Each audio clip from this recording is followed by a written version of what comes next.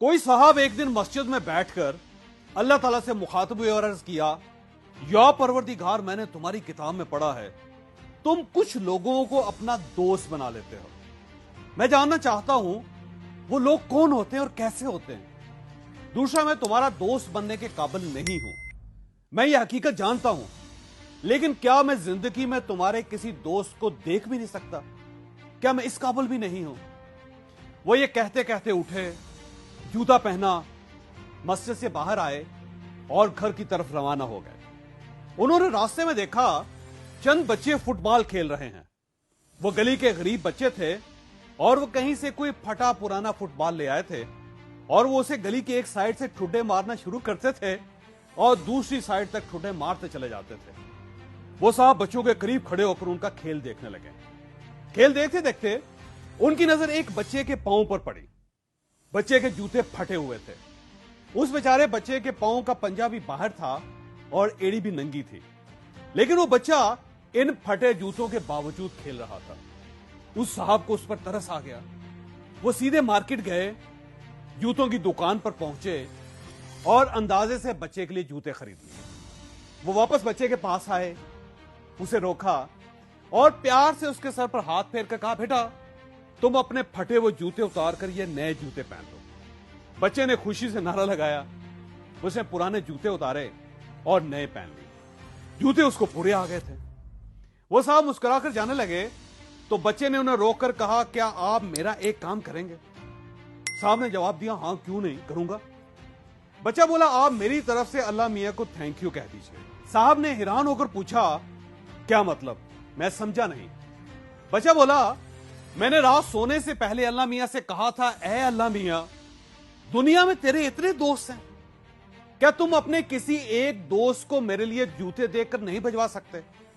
और अल्लाह मियां ने आज ही आपके हाथों जूते भिजवा दिए। ये सुनकर उन साहब की आंखों में आंसू आ गए।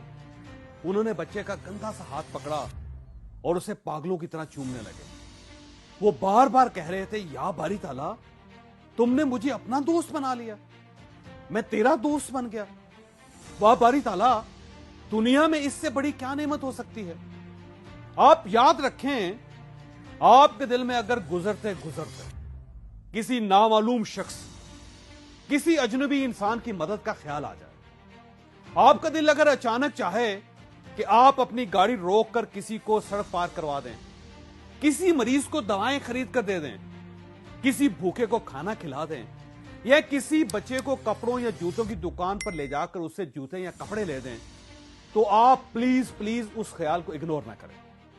आप इस पर फौरन अमल करें, क्योंकि यह ख्याल, यह गुमान अल्लाह सिर्फ दो किस्म के लोगों के दिलों में डालता है।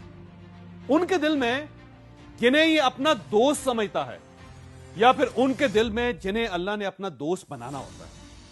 और आप उस लम्हे, उस वक्त इन दोनों में से कोई एक होते हैं। चुनांचे ये मौका आप हरगिज हरगिज जाया ना करें, क्योंकि हो सकता है ये मौका दोबारा आपकी जिंदगी में ना आए। मुझे एक बार मुल्क के एक नामवर डेंटल सर्जन ने एक अजीब वाक़ा सुनाया। वो जीटी रोड से गुजर रहा था, अचानक उसकी गाड़ी का टायर फट गया। वो टायर रिपेयर करवाने के लिए टायर शॉप पर चला गया।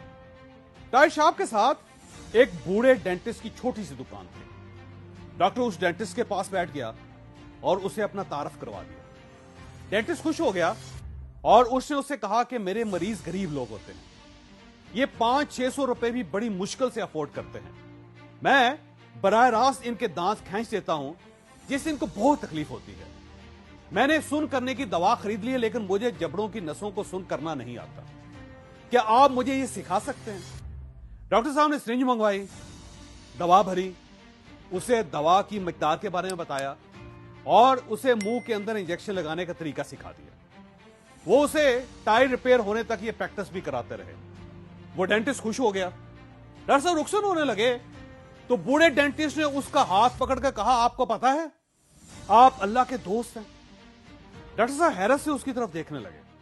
वो बोला, जनाब मैंने रात ही अल्लाह से दुआ की थी, या बारी ताला, मेरे मरीजों को बहुत दर्द होता है, अगर तुम्हारे दोस्तों की फहरिस्त में कोई डेंटिस्ट सर्जन मौजूद हो तो क्या तुम उसे थोड़ी देर के लिए मेरे पास भेज सकते हो?